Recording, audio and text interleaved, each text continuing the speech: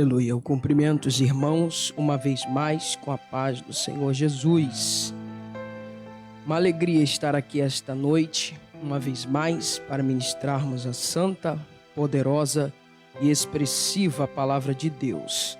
Localize na sua Bíblia a carta que escreveu Paulo aos Efésios, capítulo de número 6, texto conhecidíssimo das Escrituras Sagradas. Efésios, capítulo 6, vamos ler a partir do versículo de número 10. Efésios 6, capítulo 10. No demais, irmãos meus, fortalecei-vos no Senhor e na força do seu poder. Revesti-vos de toda a armadura de Deus, para que possais estar firmes contra as astutas ciladas do diabo. Porque não tendes que lutar contra carne e sangue, mas sim contra principado, contra as potestades, contra os príncipes das trevas deste século, contra as hostes espirituais da maldade nos lugares celestiais. Amém. Os que estão aqui podem tomar o teu assento e vamos falar um pouco da palavra de Deus. Paulo escreveu esta carta, melhor dizendo, a igreja que se localizava na cidade de Éfeso. E Éfeso era uma das importantes igrejas daquela época, uma das importantes cidades daquela época. Na verdade, a cidade de Éfeso era a grande capital do centro de negócios da Ásia Menor, que hoje é onde se localiza a atual Turquia. Era um centro de transporte marítimo e terrestre, tão importante quanto as cidades de Antioquia da Síria e também Alexandria e Egito. Éfeso era uma das maiores metrópoles gregas no litoral, junto ao mar Mediterrâneo, e uma cidade com suas peculiaridades. Era uma cidade idólatra, com valores imorais, que não eram dos melhores. Os valores morais daquela cidade não eram dos melhores. Praticava-se ali torpezas, cultos à divindade. É dentro dessa cidade que vão se adorar a deusa Diana, a deusa dos Efésios, e também uma divindade chamada Baco, o deus do vinho. Daí a expressão bacanal. Era uma forma de culto. Por isso que Paulo vai falar em Efésios capítulo 5, versículo 18. Não vos embriagueis com vinho, mas enchei-vos do Espírito. Porque uma das formas de culto à divindade de Baco era a embriaguez e práticas de orgias e imoralidades públicas. Assim também acontecia a adoração à deusa Diana. A Bíblia fala em Atos capítulo 19, que o apóstolo vai entrar na cidade de Éfeso. E quando ele entra dentro da cidade de Éfeso, ele vai encontrar ali 12 crentes. E esses crentes só conheciam o batismo de João.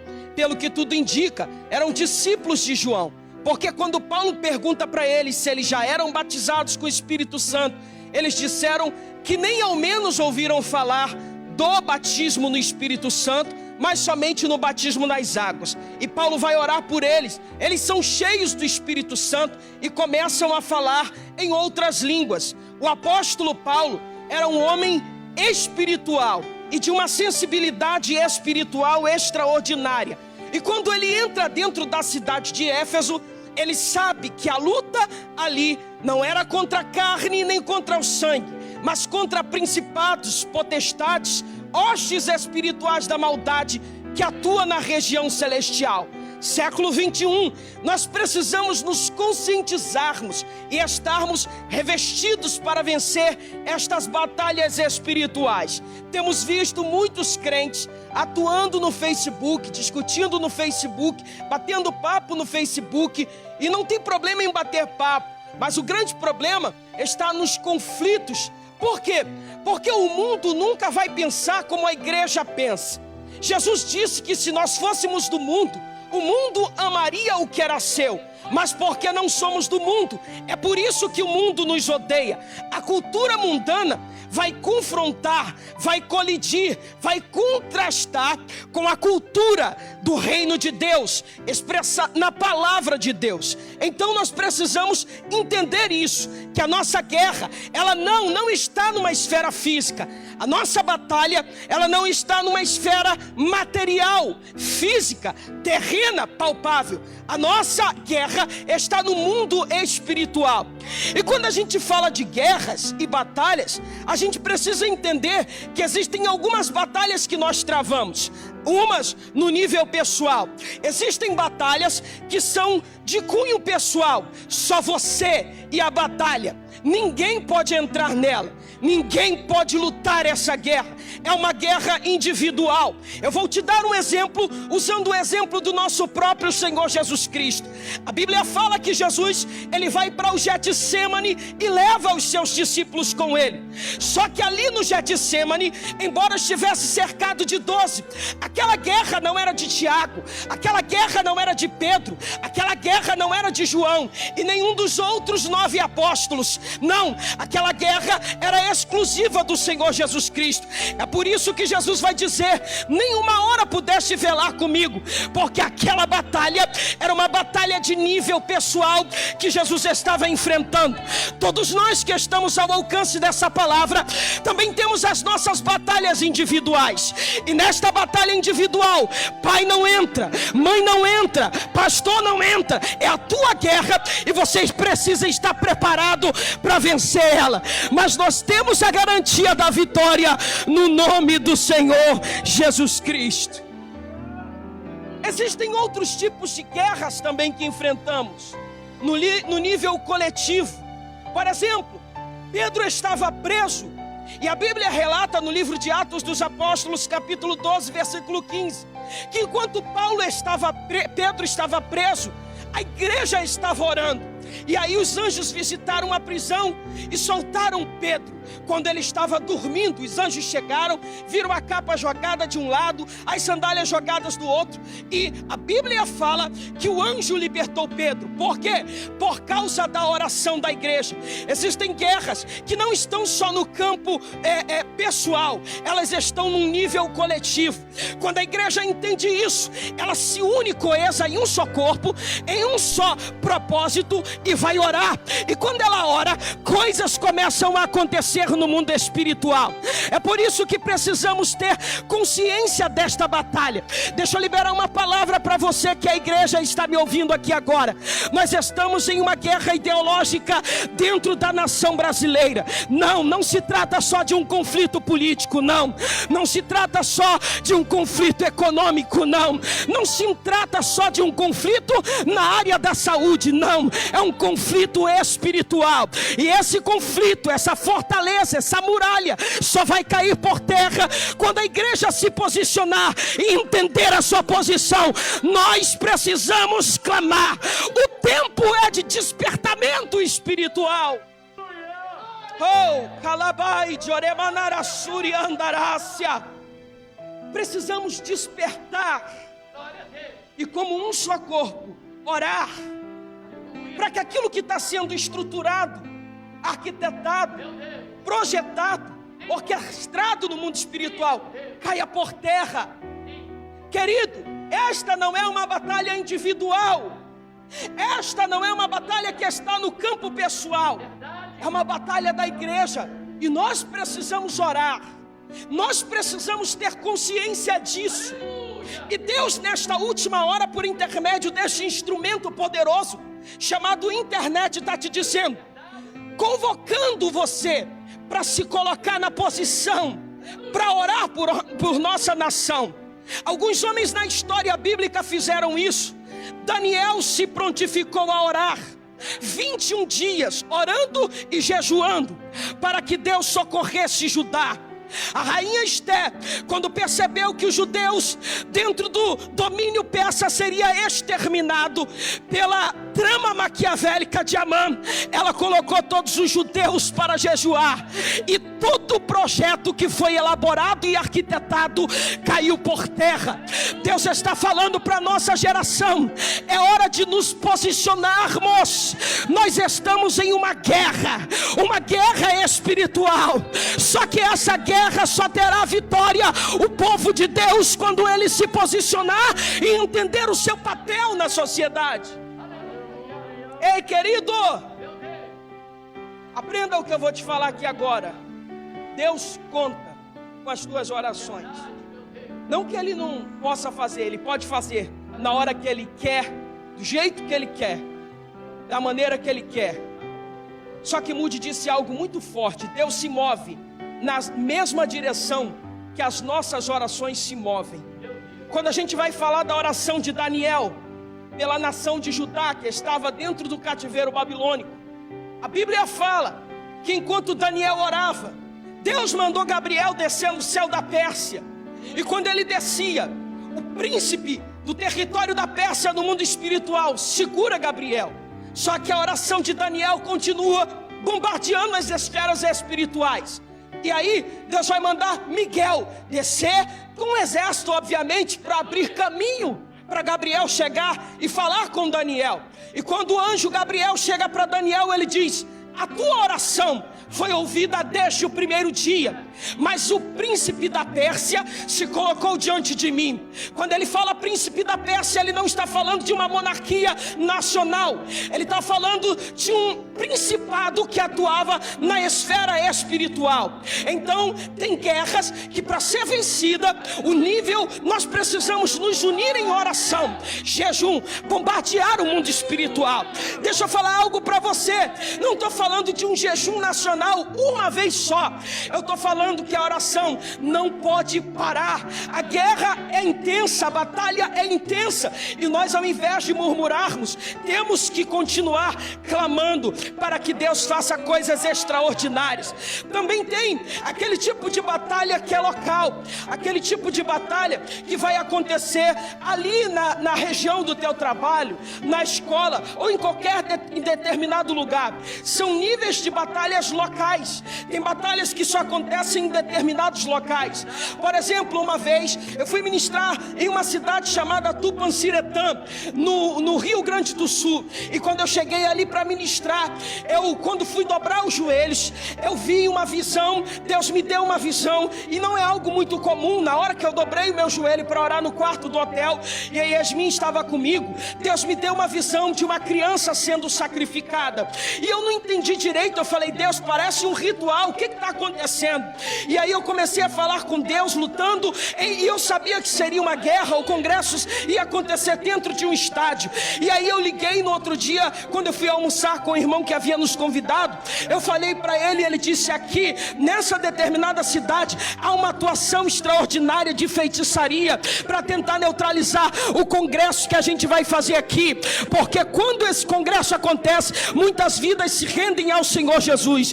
Tem batalhas que estão localizadas ali naquele local. Deus está falando para nós: nós precisamos estar revestidos para lutar com as nossas armaduras espirituais. Querido, não se iluda. Tudo que acontece no mundo físico é um reflexo do mundo espiritual. É mais ou menos isso aqui, ó. Mundo físico, mundo espiritual. Mundo espiritual se mexe, mundo físico se mexe. Entende isso? Tudo que acontece no mundo físico é um reflexo do mundo espiritual. E Paulo vai dizer em Efésios 1:3: bendito Deus e Pai de nosso Senhor e Salvador Jesus Cristo, que nos abençoou com toda sorte de bênçãos espiritual nos lugares celestiais. Duas coisas aqui estão bem claras no texto. Primeiro, a bênção é espiritual. Segundo, ela está nos lugares celestiais.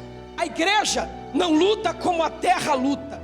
A igreja não pensa como a terra pensa. As armas da nossa milícia não são carnais, mas espirituais e poderosas em Deus para a destruição das fortalezas.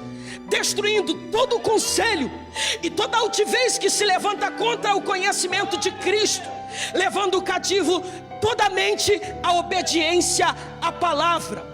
Quarto nível de batalha, batalha nacional. Tem batalhas que acontecem dentro de nações.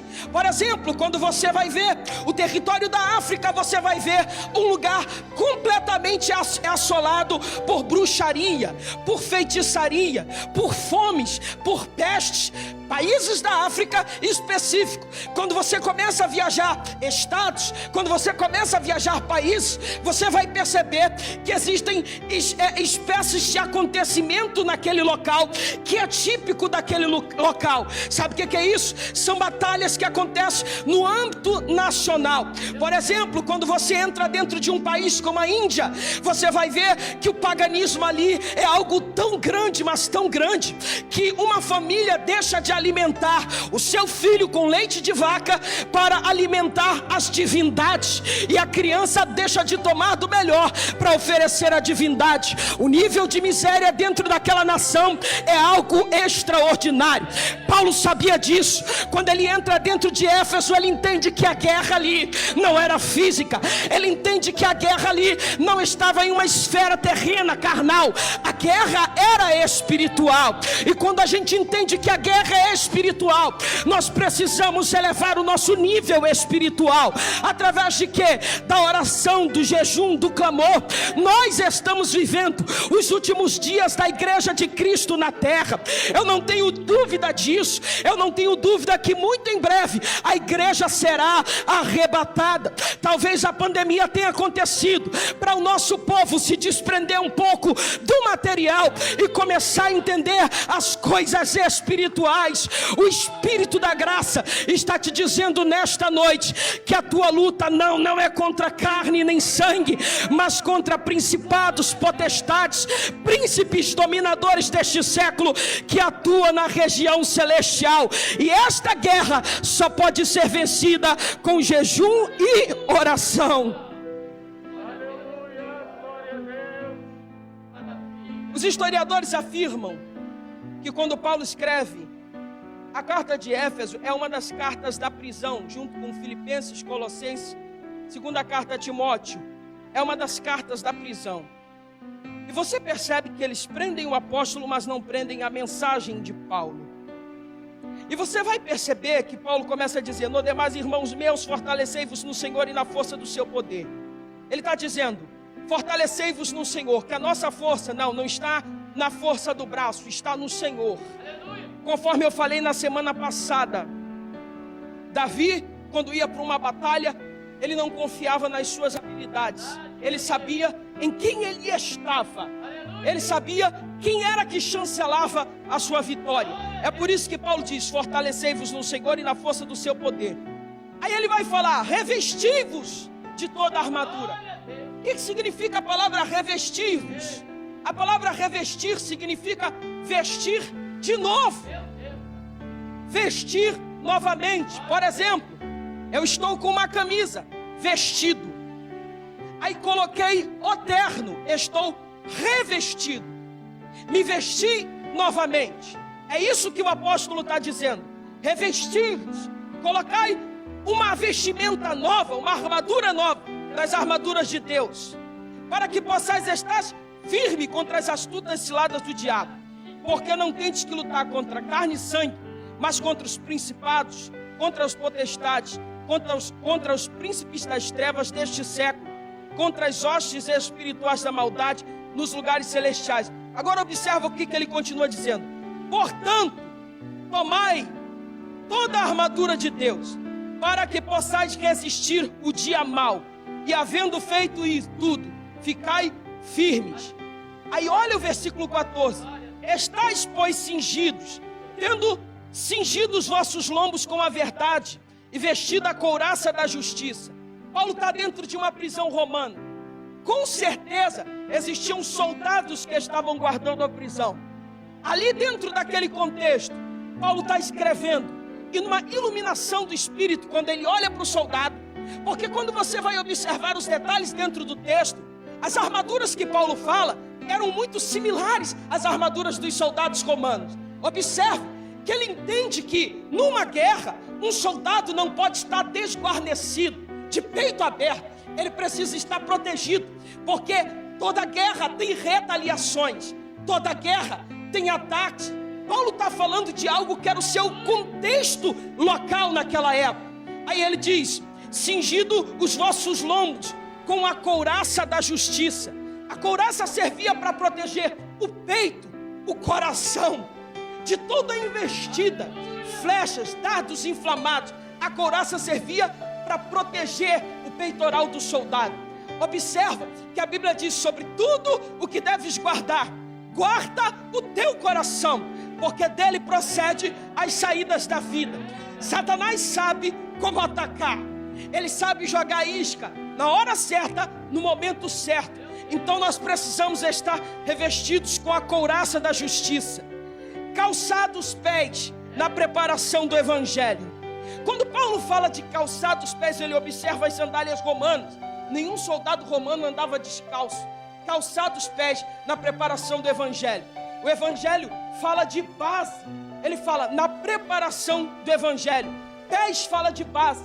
Se você tiver só o cotoco, não tiver os pés, você não tem uma base. Então é por isso que os teus pés precisam estar protegidos contra qualquer tipo de ataque, tomando sobretudo uma arma fundamental do soldado romano, o escudo da fé, com o qual podereis apagar todos os dardos inflamados do maligno. Quando você vai estudar sobre a história das cruzadas, dardos inflamados era uma das coisas que mais existiam naquela época. Paulo está falando do seu contexto. Quando o exército ia para a guerra e um exército estava no monte, eles tacavam dardos inflamados. Os exércitos se fechavam com escudo para proteger-se dos dardos inflamados do maligno. O apóstolo continua dizendo: tomando também o capacete da salvação e a espada do Espírito, que é a palavra de Deus.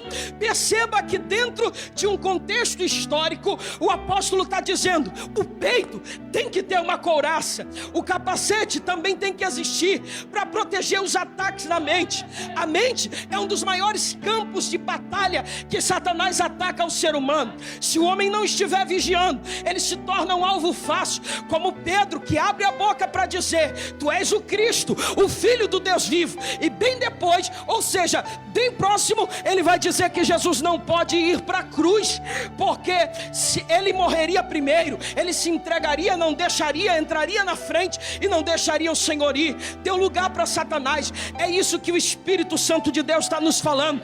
Nós precisamos nos conscientizarmos que esta guerra não é física, esta guerra é espiritual, e nós precisamos estar apercebidos para entender o que o Espírito da Graça está nos falando nesses últimos dias. Queridos,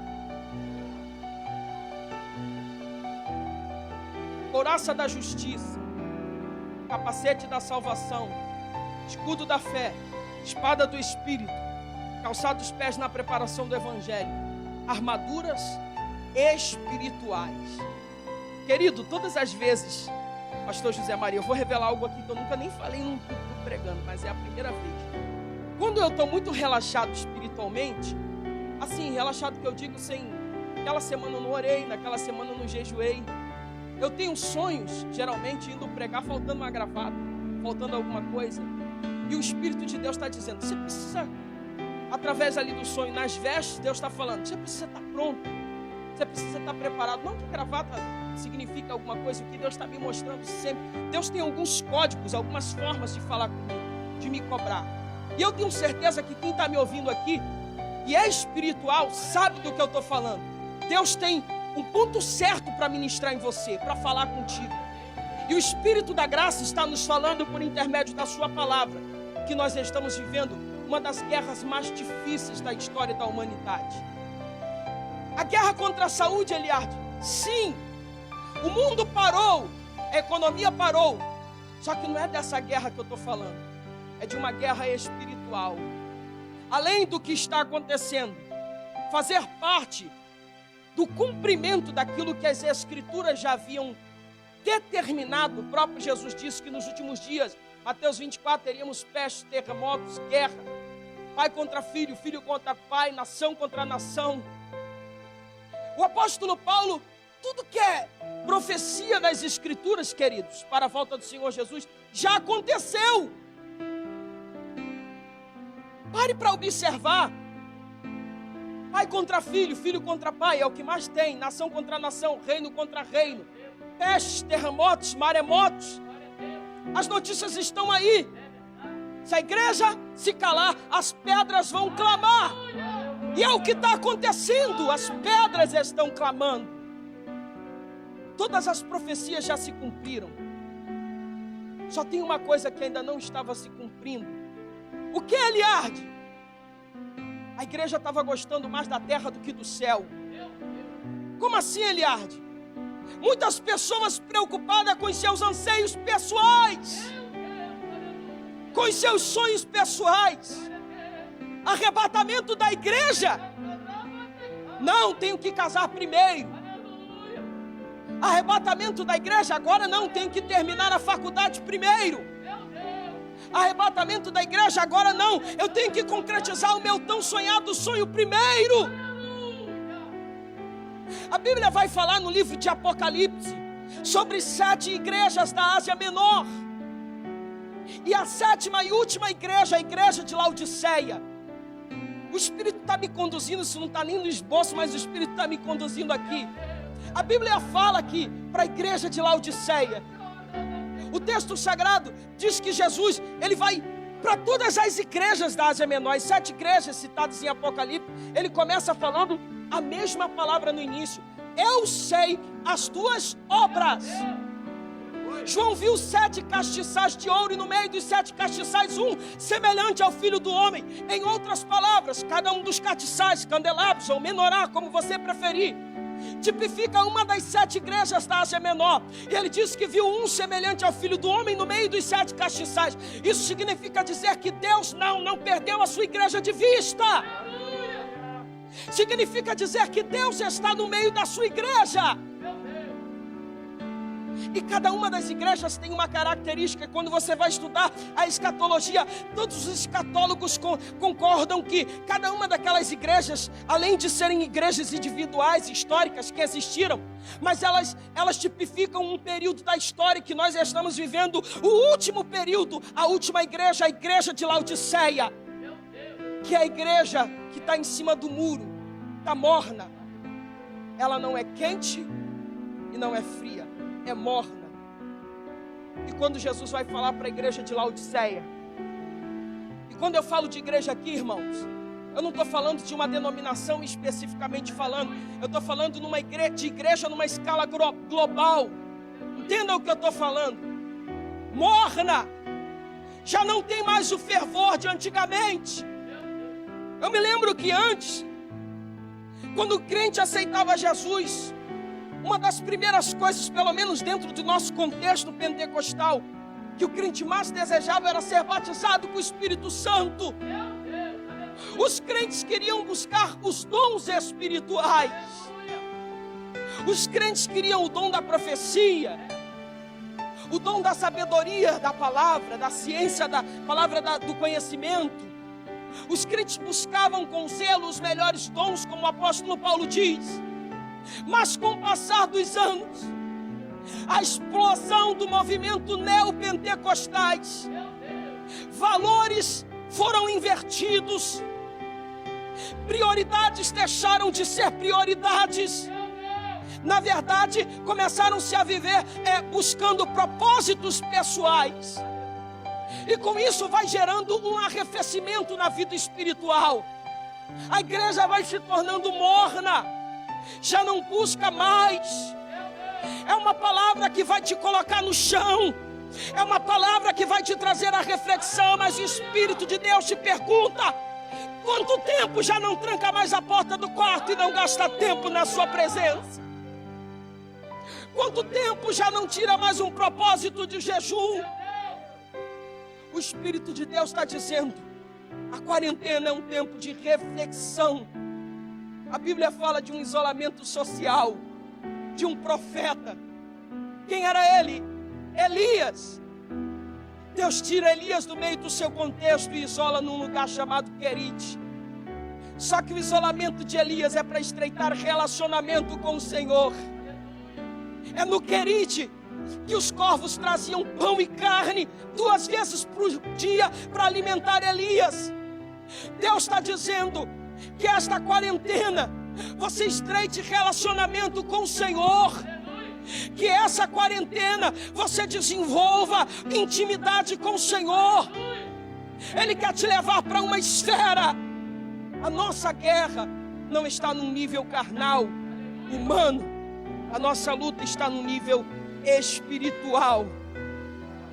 Como eu disse aqui, nós temos guerras no nível pessoal, no nível local, no nível coletivo, no nível nacional, no nível espiritual. Tem guerras que não é na força do grito que você vai vencer. Tem guerra que não é no tapa que você vai vencer. Tem guerra que não é com poder de argumentação que você vai vencer. É através do jejum e da oração. E o Espírito da graça está te convocando para voltar a trancar a porta do quarto. Deus está dizendo: o tempo de estar na zona de conforto acabou. Eu quero te levar a um outro nível. Eu quero te levar a um outro patamar. Eu quero te levar a um lugar de intimidade. Portanto, tomai toda a armadura de Deus, toda, não é só uma parte, é toda. Versículo 13: para que possais resistir o dia mau, havendo feito tudo, ficar firme. Ei, gente, isso aqui não é dualismo platônico. Isso aqui é Bíblia, é a palavra de Deus. Acredite você ou não, há uma guerra acontecendo no mundo espiritual. E só há uma forma de nós vencermos. Eu não estou falando aqui, gente, de ideologia política, não. Eu estou falando que quando um crente se coloca na posição para orar, para clamar, para chorar no altar de Deus, coisas espirituais acontecem. Quando não souber o que fazer, ore até descobrir. A palavra de Deus para você hoje está desesperado. Essa semana foi uma semana muito difícil. Vi muita gente que eu gosto partir. Da minha família só um, mas vi amigos partirem. Foi uma semana difícil. E está sendo para muita gente. A gente abre as redes sociais, a gente só vê pessoas postando saudade. Fulano vai deixar saudade. Quantas pessoas estão sendo ceifadas, dizimadas. E Deus está dizendo para a sua igreja: é tempo de se posicionar. Deus está dizendo: é tempo de voltar a fechar a porta do quarto. Alabarai de Oremanás. E gastar tempo no altar de Deus. Quando não souber o que fazer, tranque a porta do quarto e agonize diante do altar de Deus, até Deus responder.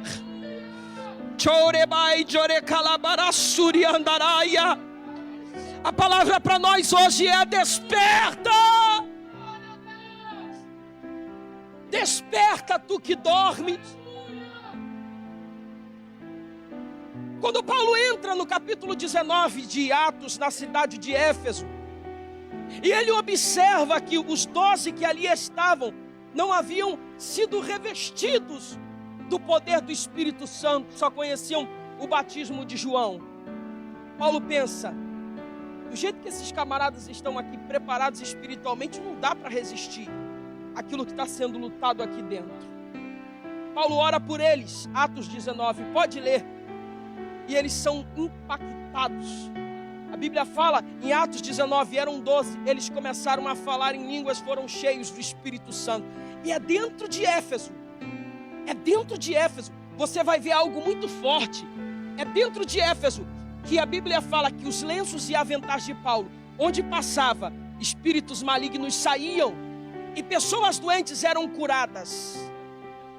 É dentro de Éfeso que um homem chamado Demétrios, construtor dos nichos de estatuetas de Diana, vai dizer: este Paulo por onde tem passado, tem convencido que não são deuses aqueles que se fabricam com as mãos. Paulo estava fechando a empresa luciférica da cidade de Éfeso. A idolatria de Éfeso estava indo à falência por causa de um homem que se colocou na brecha. Deus está falando, imagina, quando o meu povo se colocar na brecha para entender que a guerra não é física.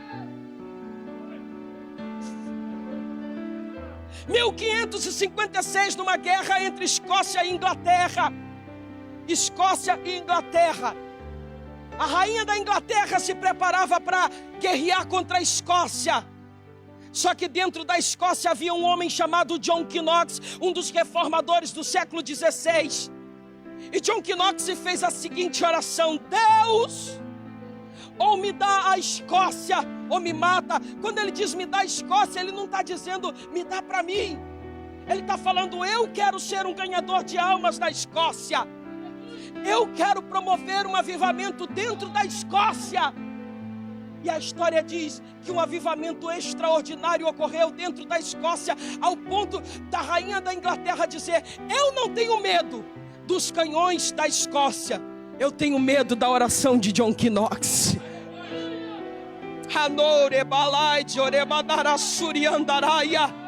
O que é uma monarca de um país temer mais a oração de um homem do que um exército inteiro?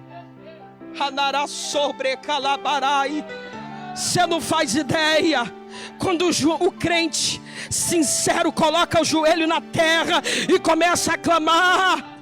Eu quero convocar a igreja no Brasil a dizer: Deus, sara esta nação. Senhor, sara as pessoas, sara a economia.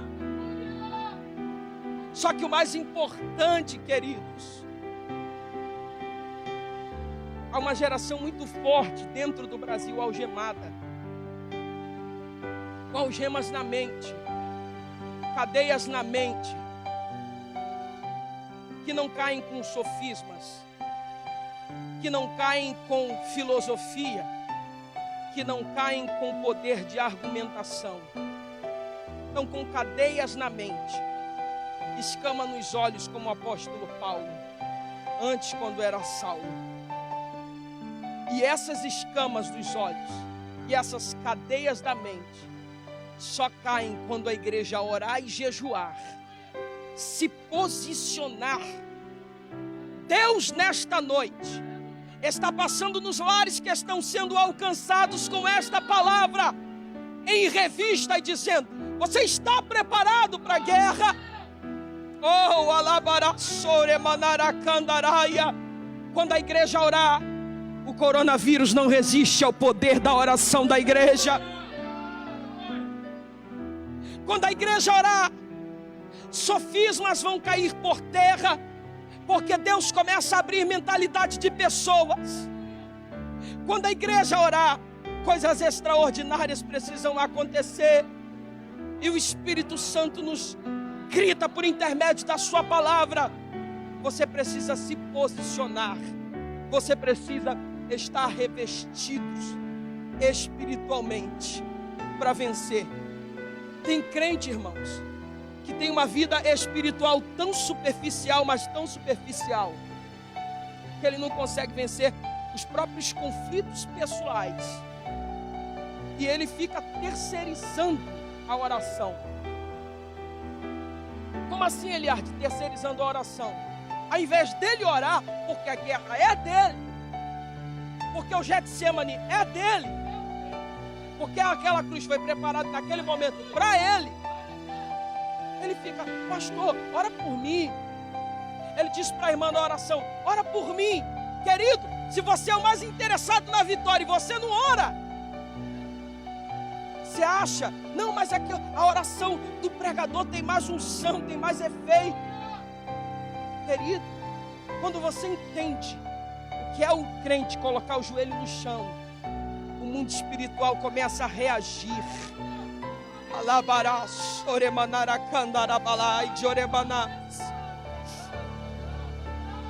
Deus está dizendo: está com guerras pessoais, ora. Estamos vivendo uma guerra ideológica. Estamos vivendo uma guerra econômica, uma guerra na área da saúde, uma guerra em todas as áreas. Só que mais do que tudo isso, a guerra é espiritual. E Deus está dizendo, você precisa se posicionar, colocar as armaduras de Deus, para entender o que está acontecendo. Só que tem muito crente, pastor José Maria, que está igual o servo de Geazi. Quando os exércitos sírios cercaram pelas montanhas, ele olhou para Eliseu e disse, está igual o servo de Eliseu, melhor dizendo, o servo de Eliseu. Quando os exércitos sírios cercaram, ele olhou para as montanhas e disse, agora a gente perece, agora acabou para nós, vamos ser dizimados.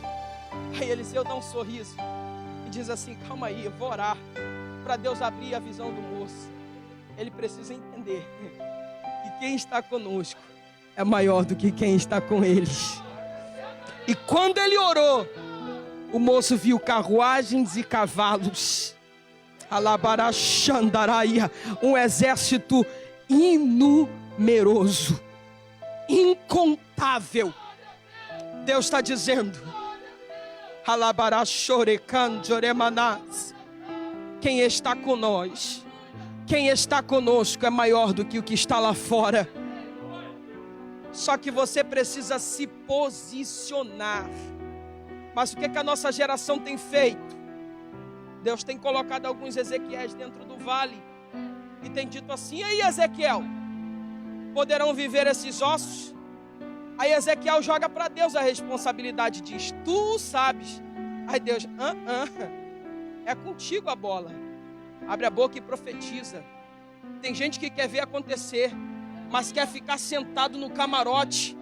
Deus está dizendo, não, eu vou fazer, mas eu quero a tua participação. Tem pão para alimentar a multidão, mas tem que ter alguém para trazer 2 pães, 5 pães e 2 peixinhos.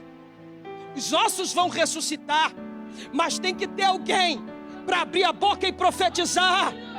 Eu estou dizendo que as águas do Mar Vermelho vão se abrir, mas alguém tem que colocar o cajado nas águas.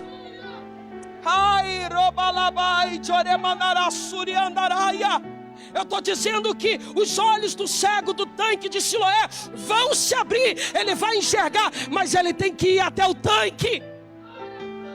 Deus está dizendo, a guerra é espiritual. Então o tempo é de sair da zona de conforto para começar a experimentar aquilo que a terra nunca viu.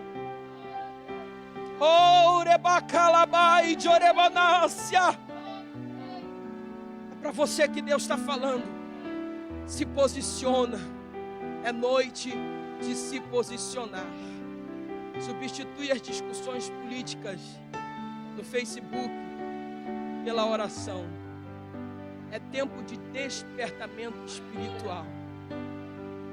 Quando você entender, quem é você nesse reino? Qual é a tua posição? Mas Eliardi, eu não sou evangelista, eu não sou pastor, eu não sou diácono, eu não sou presbítero, eu nunca liderei jovens, eu nunca liderei adolescente. Você serve o Senhor Jesus? Sirvo. Você é crente no Senhor Jesus? Sim. Então você é igreja, meu irmão. Se o teu coração estiver aberto, dobra o teu joelho, clama, porque haverá respostas extraordinárias.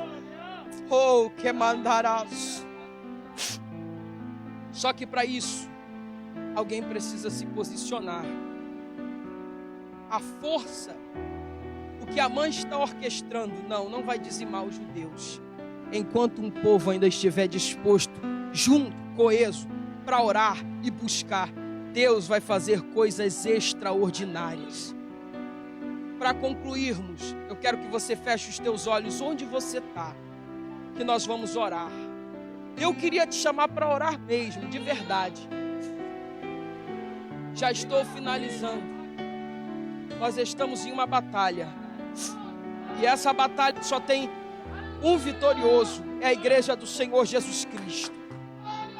Se um homem com o coração sincero, chamado John Knox, foi um instrumento extraordinário para revolucionar a Escócia.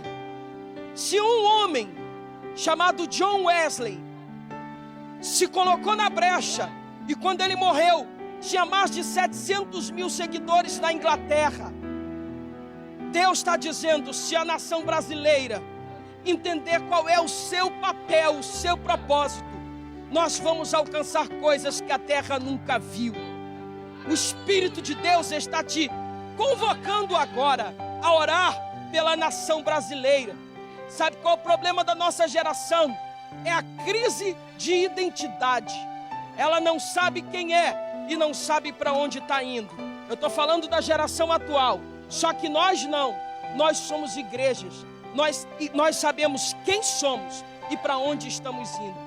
Igrejas no plural não. Igreja. Ah, mas é batista, é metodista, é assembleia, não interessa, nós somos a igreja do Senhor Jesus. Não importa a denominação que você está ouvindo, se você serve ao Senhor Jesus, eu quero te convidar agora a fechar os teus olhos e orar comigo pela nação brasileira. Bendito Deus e eterno Pai. Oh, alabarachore calabarachuri candaraia. O Brasil não pertence, Senhor, à maçonaria.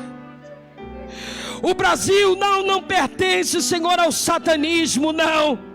O Brasil nós declaramos que pertence ao Senhor Jesus Cristo.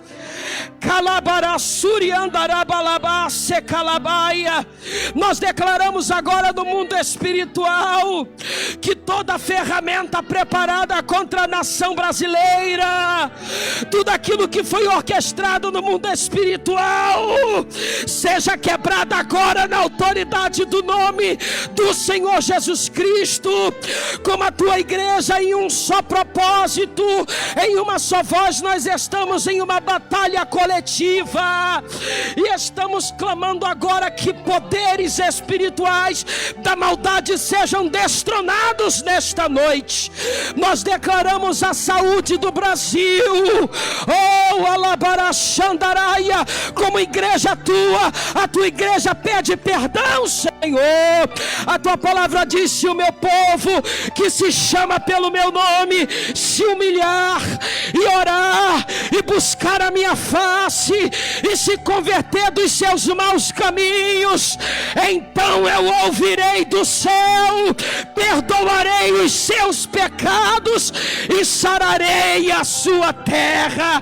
Oh, Espírito Santo de Deus, nós estamos como a tua igreja te clamando agora: sara a nação brasileira, joga por terra tudo aquilo que foi arquitetado, projetado, elaborado contra o teu povo. Nós declaramos, Senhor, uma mudança no cenário global. Alabarai de orecalabácia.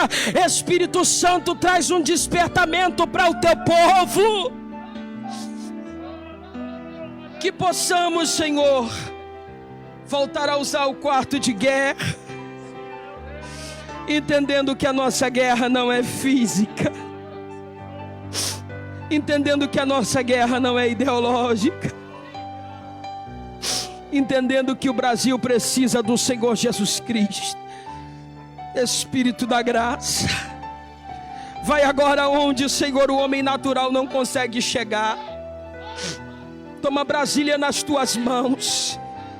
Tudo que está sendo elaborado no mundo espiritual, eu declaro agora que caia por terra na autoridade do nome do Senhor Jesus Cristo. Eu declaro que a nação brasileira pertence ao Senhor Jesus Cristo. A tua palavra diz: bendita é a nação cujo Deus é o Senhor. Nós declaramos que o Brasil pertence ao Senhor Jesus Cristo. Ah, Senhor, vai no Congresso Nacional agora, começa a desmascarar, Senhor, começa a colocar para fora tudo aquilo que está debaixo dos panos. Propicia uma mudança na nossa nação. Eu creio, Senhor, que todas as coisas, Senhor, estão debaixo do teu governo. A tua palavra diz que todas as coisas estão nuas e patentes diante daquele com quem havemos de tratar. Tu sabes o que nós não sabemos, tu enxergas enxergas aquilo que a gente não enxerga.